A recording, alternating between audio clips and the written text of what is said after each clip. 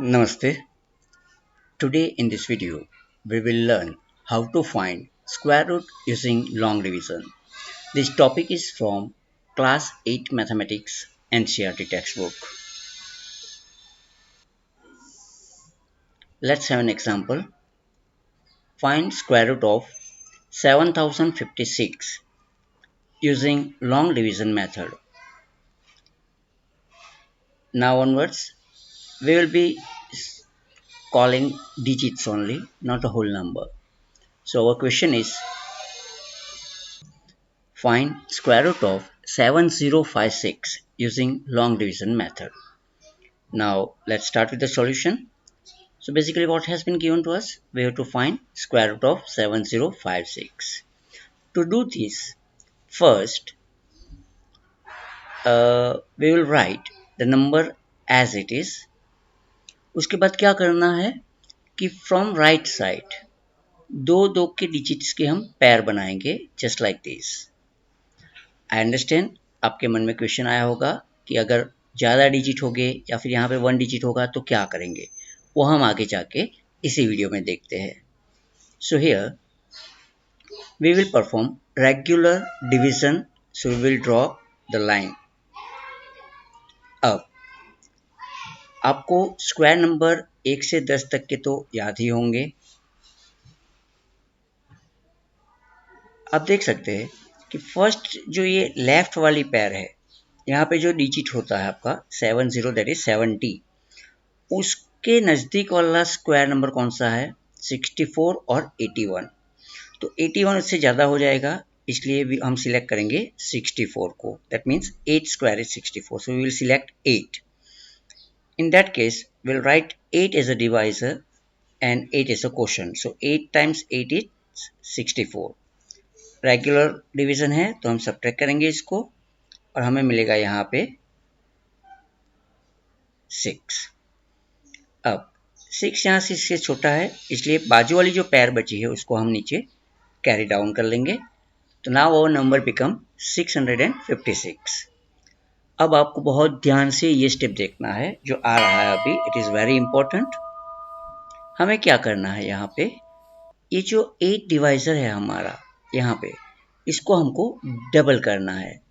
Remember, इसको double मतलब multiply by 2 करना होगा, ना कि उसका स्क्वायर. 8 का डबल होता है 16. और एक डिजिट और लिखने के लिए हम यहाँ पे एक स्पेस छोड़ देंगे. वापस वीडियो को रिवाइंड कीजिए, वापस सुनिए. फिर भी मैं यहाँ पे एक बार रिपीट कर रहा हूँ कि ये जो डिवाइजर है उसको डबल करके लिखेंगे और एक डिजिट के लिए जगह छोड़ देंगे. अब वेरी इंपॉर्टेंट स्टेप देखिए, यहाँ पे कौन सा डिजिट हम इस्तेमाल कर सकते हैं इसको डिवाइड करने के लिए. तो कि पहले मैं आपको यहाँ पे लिख के दिखाता हूँ. अब मान लीजिए कि जो नंबर हम यहाँ पे लिखते हैं उसी नंबर से हमें उसको मल्टीप्लाई करना है. मतलब कि अगर मैंने 162 लिखा है तो उसको 2 से ही मल्टीप्लाई करना पड़ेगा, तो वो हो जाएगा 324. उसी तरह से हम 163 लिखते हैं अगर, तो 3 से मल्टीप्लाई करना पड़ेगा. 164 लिखते हैं तो 4 से मल्टीप्लाई करना पड़ेगा. और एक लॉजिक हम इस्तेमाल कर सकते हैं कि यहाँ पे लास्ट में 6 डिजिट दिया हुआ है ना, 6, तो या तो 4 या तो 6, ये दो ही डिजिट है जिसको मल्टीप्लाई करने पे लास्ट में 6 आ सकता है. तो हम एक और ट्राई कर लेते हैं. यहाँ पे 166 मल्टीप्लाई बाई 6, हम सबको मल्टीप्लाई करके देखते हैं. तो यहाँ पे 3 टाइम्स 3 तो 9 आएगा, तो इसका तो कोई मतलब ही नहीं बनता है. तो we will try with this 4 times 4. It gives us 656. Bingo. Same number. So we will write here 4 और यहाँ पे भी हम 4 लिखेंगे. तो 164 times 4 it gives you 656. और रेगुलर डिवीजन के तौर पे इसको सब्ट्रैक्ट करेंगे. Answer is 0. Therefore, our answer square root of 7056 is 84. I hope you have understood. Now we will see little larger number. So here find the square root of 56169 using long division method. When I say 56169, it means it is 56,169. So solution, what we have to find? Square root of 56169. कैसे find करेंगे? पहले number लिख लेंगे, फिर extreme right side से, मतलब ये 9 के पास से दो दो की पैर पे हम बार का मार्क लगाएंगे। जो ऊपर लाइन ड्रॉ करते हैं उसको क्या कहते हैं हम? बार। इस तरह से 5 पे वो लाइन नहीं आएगी, don't worry, keep it like that only. फिर रेगुलर डिवीजन करना हो उस तरह से हम यहाँ पे लाइन ड्रॉ करेंगे। अब यहाँ पे जो डिजिट है 5, उसके लिए स्क्वायर हमें पता है ऑलरेडी, 4 एंड 9, तो 9 तो इससे बड़ा हो जाएगा, तो हम सिलेक्ट करेंगे 4। 4 का स्क्वायर रूट क्या है? 2, इसलिए हम करेंगे 2। यहाँ पे कौन सा नंबर सिलेक्ट करना है आपको? जिसका स्क्वायर इस डिजिट से या तो थोड़ा सा छोटा हो, या नज़दीक हो, या तो एग्जैक्ट हो। तो उस केस में हम यहाँ पे लिखेंगे 2। 2 times 2 is 4। Regular division perform करते हुए माइनस करेंगे, यहाँ पे आएगा उसका आंसर 1। अब बाजू वाली जो पैर है ये 61, उसको हम नीचे कैरी डाउन कर लेंगे, तो ये बन जाएगा हमारा नंबर 161। अब बहुत इंपॉर्टेंट स्टेप है, इस 2 को हमें यहाँ पे डबल करेंगे, तो इट बिकम 4। एक डिजिट के लिए जगह छोड़ देंगे।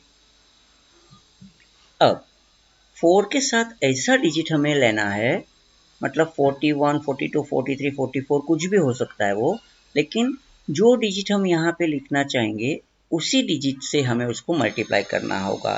So let's see what does it mean. 4 dash multiply by something, तो अगर 2 लिया मैंने तो 2 से मल्टीप्लाई करना होगा, अगर 3 लिया तो 3 से मल्टीप्लाई करना होगा, 4 लिया तो 4 से मल्टीप्लाई करना होगा, और अगर मैंने 6 लिया तो 6 से मल्टीप्लाई करना होगा। हर बार आपको ट्रायल एंड एरर बेस पर उसको मल्टीप्लाई करके देखकर चेक करना पड़ेगा।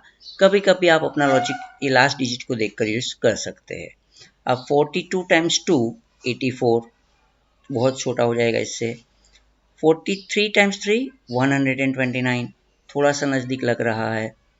एंड 44 टाइम्स 4 176, तो इससे बड़ा हो गया, तो we will go with this 43 times 3, इसलिए हम यहाँ पे लिखेंगे 3 और यहाँ पे भी लिखेंगे 3। तो 43 टाइम्स 3 कितना होता है? 129, सो विल राइट हियर 129। यहाँ पे सब्ट्रैक्ट करेंगे तो आंसर इज 32।